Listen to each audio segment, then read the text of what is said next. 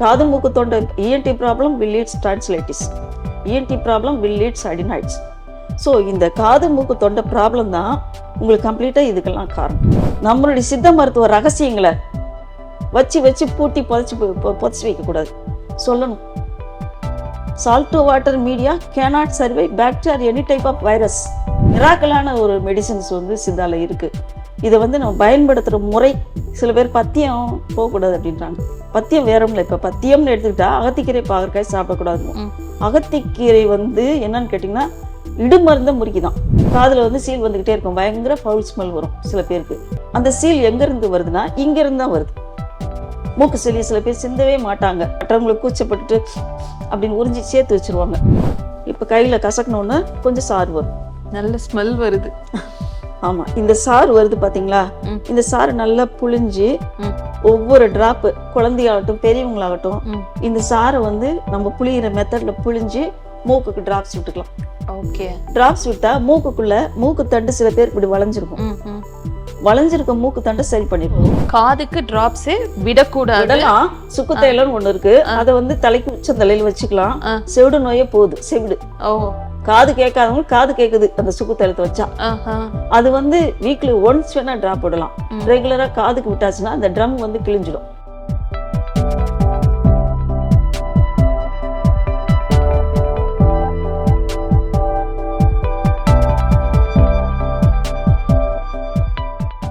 இப்போது புதிய அறிமுகம் ஆச்சி ஹோட்டல் சாம்பார் 50 கிராம் ரூபாய் 20 மட்டுமே. இப்ப அடினாய்ட்ஸ்ல என்ன மாதிரி பிரச்சனைகள் வரும்? அடினாய்டுனாலே உங்களுக்கு ஜஸ்ட் லைக் இப்போ டான்சிலைட்டிஸ் மாதிரி தான், அது ஒரு லிம்பாட்டிக் கிளாண்ட் தான். ஸோ இந்த அடினாய்டு வந்து சப்பையான ஒரு அடுக்கு ஒரு மாதிரி சப்பையாக இருக்கும்.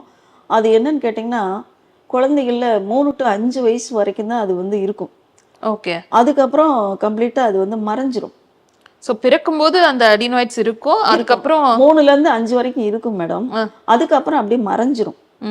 மறைஞ்சிட்டு அதுக்கப்புறமா அது பாட்டில் பிள்ளைங்க பாட்டில் இருக்குங்க. அதுக்கப்புறம் பார்த்தீங்கன்னா இப்போ டான்சில்ஸ் சப்போஸ் எடுக்காமல் டான்சிலைட்டிஸ் ஒருத்தவங்களுக்கு இருக்குன்னா ஆட்டோமேட்டிக்காக என்னன்னாக்கா இப்போ டான்சிலெக்டமி பண்ணிட்டோம்னா ரிமூவல் ஆஃப் டான்சில்ஸ் பண்ணியாச்சுன்னா அது வளராது.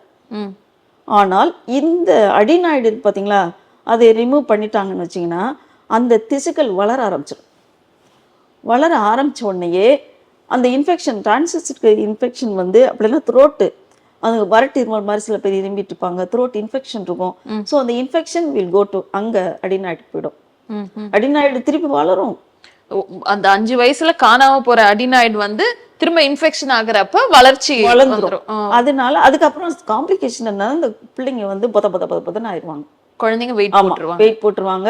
அப்படியே என்ன சொல்றது, கழுத்தெல்லாம் நீ ஐஸ்கிரீம் சாப்பிட்டதுனால தான் இப்படி இருக்கு, நீ அது சாப்பிட்டதுனால தான் இப்படி ஆயிட்ட, இது வந்து பரம்பரை, அது இதெல்லாம் நம்ம சொல்லக்கூடாது.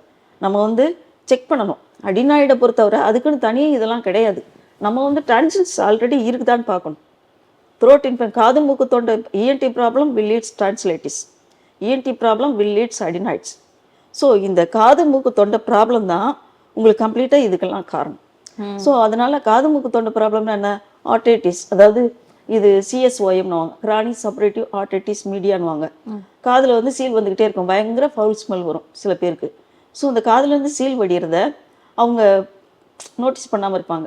அந்த சீல் எங்கேருந்து வருதுன்னா இங்கேருந்து தான் வருது.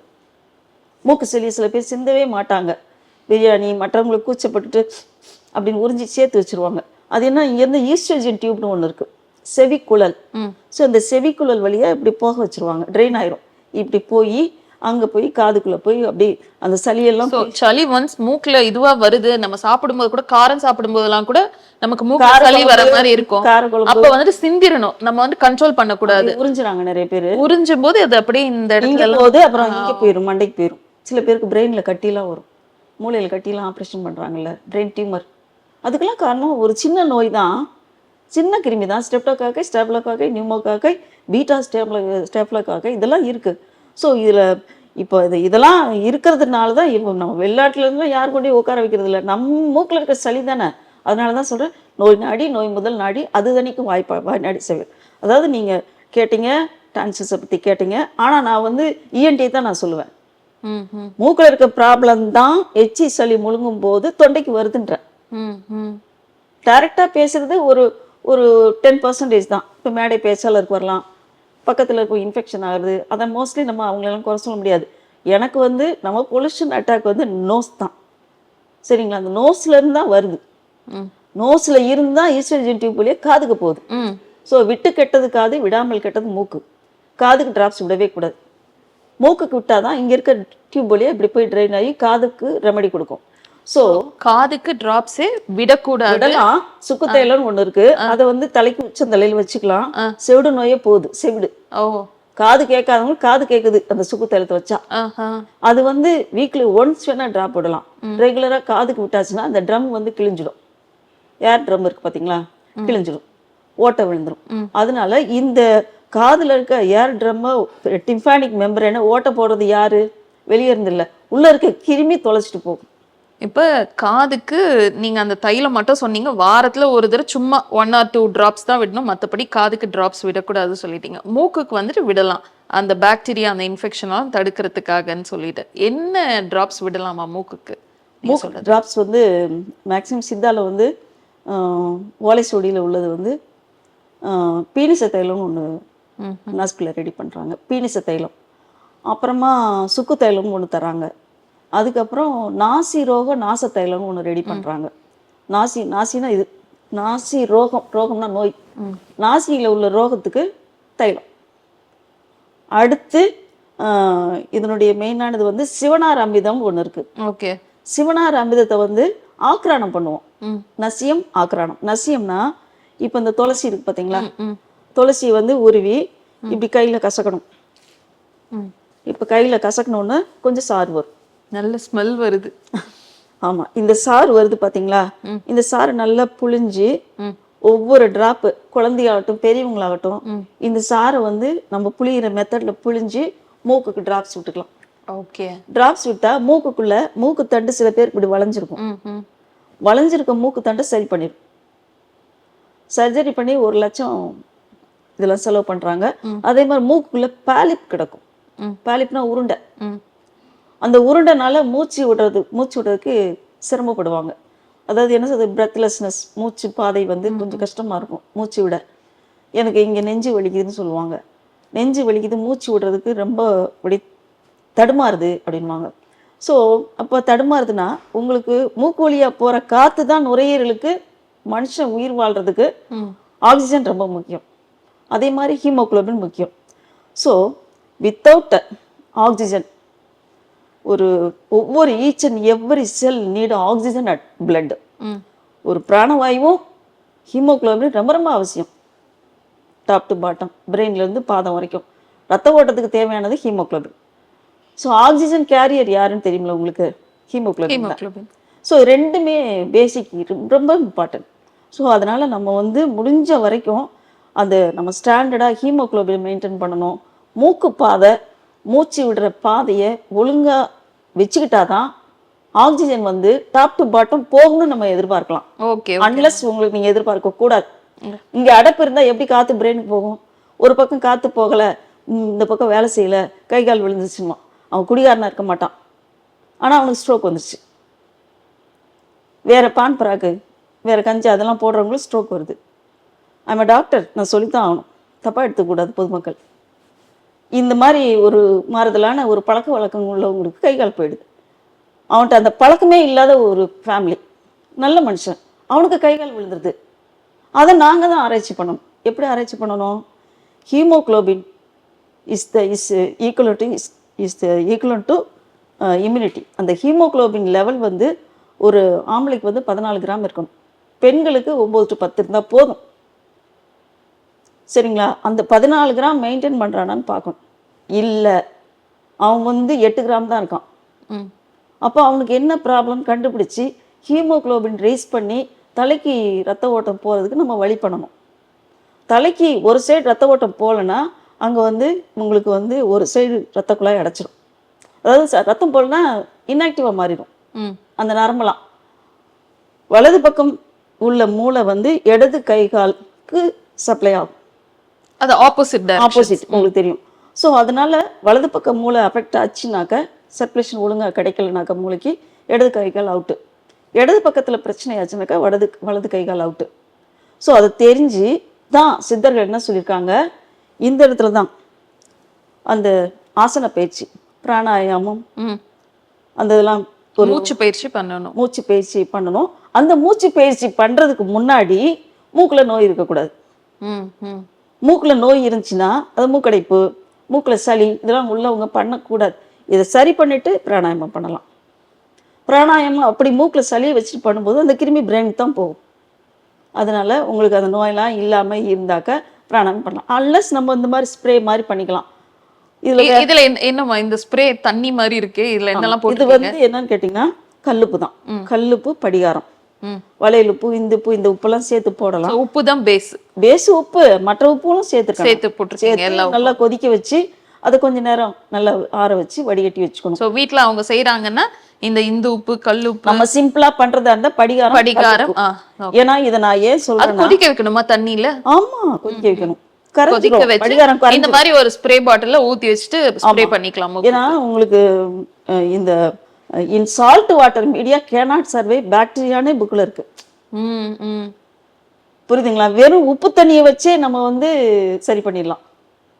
சரிங்களா? இது நான் ஏன் ஓப்பனா சொல்றேன்னா, நம்மளுடைய சித்த மருத்துவ ரகசியங்களை வச்சு வச்சு பூட்டி புதைச்சி வைக்கக்கூடாது, சொல்லணும். Salt water media cannot survive bacteria any type of virus. அப்படிங்கும்போது நம்ம வந்து இதை வந்து ரொம்ப ரொம்ப ஒரு பெரிய அருட்கொடையா, ஜஸ்ட் லைக் பூன், வரப்பிரசாதமா நினைக்கணும். கேட்டா வெறும் சால்ட் வாட்டர்ன்ற மாதிரி தான் இருக்கும் சொன்னா, ஆனா அதுதான் எல்லாத்துக்குமே. உப்பில்லா பண்டம் குப்பையிலேன்னு சொல்றோம். அந்த உப்பு இல்லைன்னா சாப்பிட முடியுமா? ஸோ அந்த உப்பு வந்து ஒரு மருத்துவருக்கு வாள், நோயாளிக்கு அமிர்தம். அவனுக்கு அந்த உப்பு போட்டு அந்த அந்த சாப்பாடு கொடுத்தோன்னா அவன் எவ்வளோ சந்தோஷப்படுவான், பத்தியமா இருக்கிறான். புரிஞ்சுங்களா? அந்த உப்பு வந்து அவ்வளோ முக்கியமானது. நம்ம எந்த பதார்த்தம் பண்ணாலும் சரி உப்பு தான் நம்ம மெயினாக சேர்க்கணும். உப்பு எல்லாத்துக்குமே மிகினும் குறையினும் நோய் செய்யும், அளவாக கரெக்டாக போட்டுக்கணும். அடிநாடி பிரச்சனையை வந்து நம்ம வந்து ஆப்ரேஷன் பண்ணுறதை விட மேனேஜ்மெண்ட், சித்தா ட்ரீட்மெண்ட்டு, கத்தி ஒன்ஸ் வச்சிட்டோம்னாலே அடுத்தது வளர ஆரம்பிச்சிடும். ஸோ அதனால் இந்த மாதிரி drops, at least salt water gargling, அப்படி இல்லைன்னா அதிமதுரம், இந்த மாதிரி அதிமதுரம், இந்த அதிமதுரம், சித்திரத்தை இதெல்லாம் வந்து அரைச்சி, சுக்கு, மிளகு இதெல்லாம் போட்டு அரைச்சி கம்ப்ளீட்டாக இதை வந்து பாலில் வேக வைப்பாங்க. பாலில் வேக வச்சு சிதால வந்து பவுடர் மாதிரி பண்ணி பாலில் வேக வைப்பாங்க. கண்டாவில்தம் சொல்லுவாங்க. கண்டம்னாக்க நெஞ்சரை. ஸோ அந்த அவிழ்தம்னா ஒரு என்ன சொல்றது, ஒரு என்ன பெரிய அமிர்தம்னா ஒரு ரொம்ப ஒரு ஸ்வீட்டஸ்ட் ஒரு அமிர்தம். ஸோ அவிழ்தம்னா மருந்து தான். அந்த மருந்தை வந்து நாங்கள் அவிழ்தம்னு சொல்கிறோம். அவிழ்தம் அதாவது நோயை அவிழ்த்தல், நோயை வந்து அவுத்துறது. புரிஞ்சிட்டிங்களா? அந்த நோயை அவுத்த உடனே அது அமிர்தமாக மாறிடுது. சரிங்களா? கண்டாவில்தம். இந்த கண்டாவில்தம் வந்து நமக்கு ரொம்ப சிம்பிள் மெத்தட் தான். மூக்குல இருந்து நெஞ்சரைக்கு இந்த நுரையீரல் வரைக்கும் உள்ள சளிக்கு கண்டாவில்தம்னு ப்ரிப்பரேஷன் இருக்கு, கடையெல்லாம் கிடைக்கும். அது வாங்கி அவங்க முறைப்படி சாப்பிட்டாக்க அந்த சளியெல்லாம் குறைஞ்சிரும். அதே மாதிரி அந்த கண்டாவில்தத்தில் அது சித்திரத்தை அதிமதுரம் எல்லாம் இருக்கிறதுனால கம்ப்ளீட்டாக உங்களுக்கு வந்து என்ன சொல்கிறது, அதிமதுரங்கிறது அதிமதுரம். அதாவது உங்களுக்கு கம்ப்ளீட்டாக அந்த நுரையீரலில் இருக்க இந்த டிபி, தீராத ஆஸ்மா இதெல்லாம் போதுன்னு கொடுத்துருக்காங்க புக்கில். ஓகே, கண்டாவில்தம். இது எப்படிமா இது பண்றது? அளவு ஏதாவது இருக்கா? இப்போ நீங்க சொல்றீங்களா இந்த சித்திரத்தை, அடிமதுரம் இதெல்லாம் வந்துட்டு பவுடர் ஆக்கி கொதிக்கிற பால்ல போட்டு இது பண்ணி சாப்பிடணும்னு சொல்லிட்டு ஏதாவது அளவு இருக்கா இதுக்கு? அளவு வந்து உங்களுக்கு இப்போ இதுல சுக்கெல்லாம் சேரும். அதுல அதான் சுக்கு பொடி பண்ணி கொண்டாந்துருக்கேன். இந்த சுக்கு இதெல்லாம் வந்து ஒரு 100 கிராம் அல்லது 50 கிராம் வச்சுக்கோங்களேன். இப்ப சுக்கு 50 கிராம், அடிமதுரம் 50 கிராம். அதே மாதிரி இது சித்திரத்தை இதெல்லாம் வந்து ஒன்னொன்னும் 50 கிராம் எடுத்துக்கலாம். எடுத்து நல்லா இடிக்கிறது கூட நம்ம வந்து ஒரு இரும்பு இடிகருவின்னு ஒன்று இருக்கு, அதுல இடிக்கணும். இடிச்சு கம்ப்ளீட்டா அதை பவுடர் பண்ணி சலிச்சு மாவாக்கி அதுக்கப்புறமா நம்ம வந்து பாலில் வேக வைக்கலாம். பாலில் வேக வச்சுட்டு அதுல வந்து தேன் கலந்து. இவ்வளவு நேரம் வேக வைக்கணும் அந்த மாதிரி ஏதாவது? இல்ல, அது கொஞ்சம் வத்தணும் மேடம். கொஞ்சம் ஓரளவு, நல்லா ஆமா, இதுவா கொஞ்சம் அதெல்லாம் திப்பிலாம் வடிகட்டிடணும். வடிகட்டி வெறும் ஜூஸை மட்டும் திருப்பி அதை வந்து செடிமெண்ட் ஆக வைக்கணும். அந்த ஜூஸை மட்டும் திக் பண்ணி அப்புறமா தேன் கலந்து கொடுக்கணும். அப்பதான் அது அவிழ்தமா மாறும். இது தினம் குடிக்கலாமா குழந்தை? தினமும் சாப்பிடலாம். எல்லாத்துக்குமே ரொம்ப காயக்கல்ப மருந்து. அப்படி எவ்வளவு போடணும்? ஒரு டம்ளர் பாலுக்கு எவ்வளவு ஸ்பூன் போடணும்? பால்லாம் இல்லை மேடம், ஃபர்ஸ்ட் இதை வேக வைக்கணும். வேக வச்சு ஜூஸ் எடுக்கணும். கஷாயமா எடுத்த பிறகு தண்ணியில வேக வைக்கணும் அத? தண்ணியில வேக வச்சு அதுக்கப்புறம் பால் கலக்கணும். பால்ல வேக வச்ச பிறகு ஓரளவு வடிகட்டிடணும். வடிகட்டின பிறகு அதுக்கப்புறமா தேன் கலந்து வச்சுக்கலாம் கண்டாவி. அதே மாதிரி இந்த ஆடாதொடை, ம். ஆடாதொடையில வந்து இது பாடாத குரலும் பாடுவாங்க. நீங்க நிறைய பாட்டு எல்லாம் பாடுவீங்களே சித்தவ இதுல வந்துட்டு, ஏதாவது ஒரு பாட்டு சொல்லி அதுக்கு இது சொல்லுங்களேன். அதாவது எப்படின்னு கேட்டிங்கன்னா, இப்போ சில பாடல்கள் இருக்கு. எப்படின்னா அந்த பாடல்கள்லாம் எதுக்காகன்னா, இப்போ ஒரு மனுஷனை அந்த காலத்து சித்தர்கள்லாம் ஒரு மனுஷனை திருத்தணும் அப்படின்னாக்க, அந்த காலத்துல அந்த சித்தர்கள்லாம் அந்த வாசப்படியில சாப்பாடு வாங்குறக்க பாடல் பாடி தான் சாப்பாடு வாங்குவாங்க. கோட்டு திணையில உட்காந்து அந்த மாதிரி. என்னன்னா ஒரு ஒரு ஒரு குழந்தைய வளர்க்குறவன் ஒரு பொறுப்பு இல்லாதவன். அதுக்கு வந்து நந்தவனத்தில் ஒரு ஆண்டி 4 மாதமாய் குயவனை வேண்டி கொண்டு வந்தான் ஒரு தோண்டி அதனை கூத்தாடி கூத்தாடி போட்டு உடைத்தாண்டி. பொறுப்பு இல்லாம வளர்த்துட்டான். நந்தவனத்தில் ஒரு ஆண்டி, ஆண்டின்னா என்ன, ஒரு மனுஷன் 4 மாதமாய் குயவனை வேண்டி, 10 மாசம் பிரெக்னண்டா இருக்காங்க. 4 அருமை. குயவனை வேண்டி கொண்டு வந்தான் ஒரு தோண்டி. ஒய்ஃப் வந்து மாசமா இருக்கு. அதுக்கப்புறம் அதை கூத்தாடி கூத்தாடி போட்டு உடைத்தாண்டி, அதை வளர்க்க தெரியாம அவ்வளவு கஷ்டப்பட்டு பெற குழந்தைய வந்துட்டு, ஆமா, நல்லறம் இதெல்லாம் நம்மளுடைய ஒழுக்கம் இதனுடைய இதெல்லாம் சொல்லி தராம அவங்க வந்து பாழாயிடுறாங்க. அடுத்து வந்து அதாவது ஒரு மனிதனுக்கு வந்து எல்லா சத்துக்களையும் விட இரும்பு சத்தும் புரத சத்து. இரும்பு வந்து அதாவது புரதம் வந்து இரும்பா மாறுது, புரோத்ராம்பின் நாங்க படிச்சிருக்கோம். அதனால இந்த இரும்பு சத்து ரொம்ப ரொம்ப முக்கியம். தலை முதல் பாதம் வரை நான் ரத்த ஓட்டம் ஒழுங்கா இருந்தா தான் ஒரு மனுஷன் நல்லா உயிர் வாழ, நார்மலான வாழ்க்கையே வாழ முடியும்னு நான் சொன்னேன். அதே மாதிரி அதுக்கு ஒரு பாடல் சொல்லியிருக்கிறாரு ஒரு சித்தர். வெங்காயம் சுக்கானால் வெந்தயத்தால் ஆவதென்ன, இங்கார் சுமந்திருப்பார் இச்சரக்கை, மங்காத சீரகத்தை தந்தீரையானால் தேடேனி பெருங்காயத்தை ஏரகத்தை இறைவான் பாடியிருக்கார். அப்படின்னு என்னதுன்னா, வெங்காயம் சுக்கானால, வெங்காயம்னா வெங்காயம் கிடையாது, நம்மளுடைய காயம்னா உடம்பு. காயமே இது பொய்யடா வெறும் காற்று பையடான்னு சொல். அது மாதிரி வெங்காயம்னா நம்மளுடைய உடம்பு டீஹைட்ரேஷன் ஆயிடுச்சுன்னா, வெம்மை ஆயிடுச்சுன்னா வெங்காயம், டீஹைட்ரேஷன் ஆயிடுச்சுன்னா வெங்காயம் சுக்கானால், சுக்குனா என்ன, இந்த மாதிரி சுக்காயிடுது, காஞ்சு போயிடுது, டீஹைட்ரேஷன். இப்போ டீஹைட்ரேஷன் ட்ரிப் ஏத்துறாங்கல்ல, ஜஸ்ட் லைக். ஸோ அந்த மாதிரி வெங்காயம் சுக்கானால் வெந்த அயத்தால் ஆவதென்ன. நாங்கள் வந்து அயன் ப்ரிப்ரேஷன் மெடிசன் நாங்கள் தரோம் இரும்பு சத்து கூட்டுறதுக்கு. ஸோ அந்த அயன் வந்து ஒரு இரும்பை நாங்கள் வந்து பஸ்பமாக்குறோம்.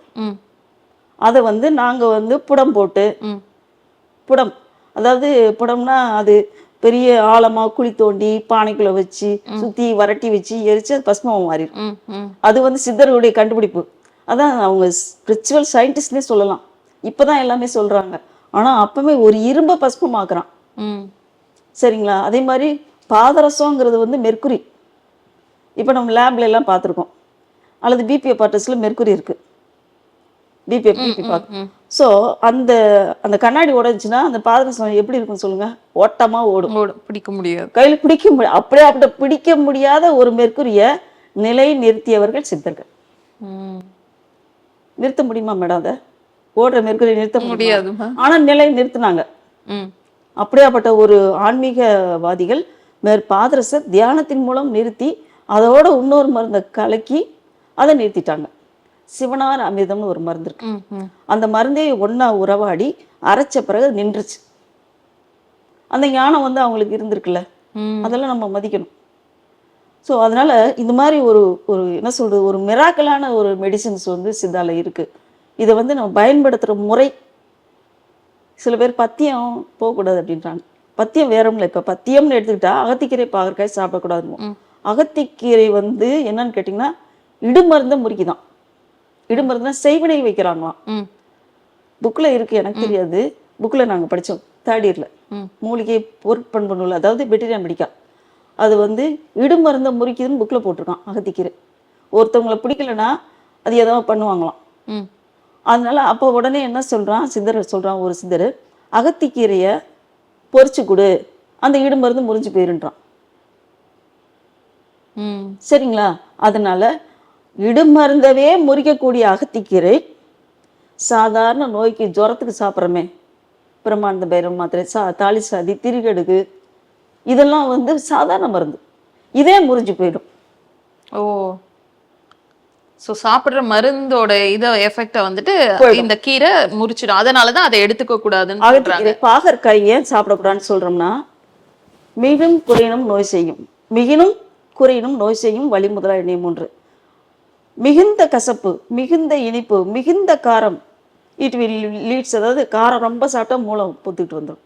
இனிப்பு ஓவரா சாப்பிட்டா சக்கரை வியாதி வந்துடும். ஓவரா புளிப்பு சாப்பிட்டா புளி துவர் மிஞ்சின் பூரிக்கும் வாதம், முட்டி வலி வந்துடும். புளி துவர் மிஞ்சின் மிகினும் குறையினும் நோய் செய்யும் வழி முதலா எண்ணெய் 3 திருவள்ளுவர் சொல்லிட்டு போயிட்டார். அதுக்கு அப்ளைடாக பார்த்தா இதெல்லாம் கரெக்டாக இருக்கு. புளிப்பு ஓவரா சாப்பிடக்கூடாது, சாப்பிடாத புளி சாப்பிடாதுன்னு கேட்டியா அப்படின்வாங்க. இனிப்பு சாப்பிடாதுன்னு சொன்ன கேட்டியா, சக்கரை வியாதி வந்துருச்சு. ஸோ மிகினும் குறையினும் நோய் செய்யும். குறைஞ்சி சாப்பிட்டா லோ சுகர் ஆகிடும். உடனே ஒரு சாக்லேட் கொடுப்பாங்க, மயக்கம் வந்துட்டு சொன்னோன்னு. சுகர் நோயாளிக்கு பக்கத்தில் சாக்லேட் இருக்கும்.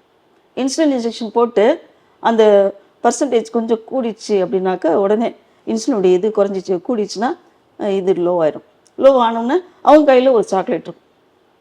டாக்டர் சொல்லிடுவார், நீங்கள் போகும்போதெல்லாம் கையில் ஒரு சாக்லேட். உடனே அவங்க டெஸ்ட் பண்ணி பார்த்தோன்னே ரொம்ப லோவாக 30-40 இருக்கும். இப்போ நார்மல் சுகர் வந்து 110, அட்லீஸ்ட் ஒரு 70-75 கூட இருக்கலாம். 30-40 என்ன ஆகும்? மூளைக்கு ரத்த ஓட்டம் கிடைக்காது, உடனே மயக்கம் வந்துடும். ஸோ அதுக்கு இம்மிடியட் ரெமடி வந்து சாக்லேட் கொடுத்தாங்க. ஏன்னா நிறைய பேருக்கு வந்து டான்சிலைட்டிஸ் உள்ளவங்களுக்கு மூல நோய் வருது.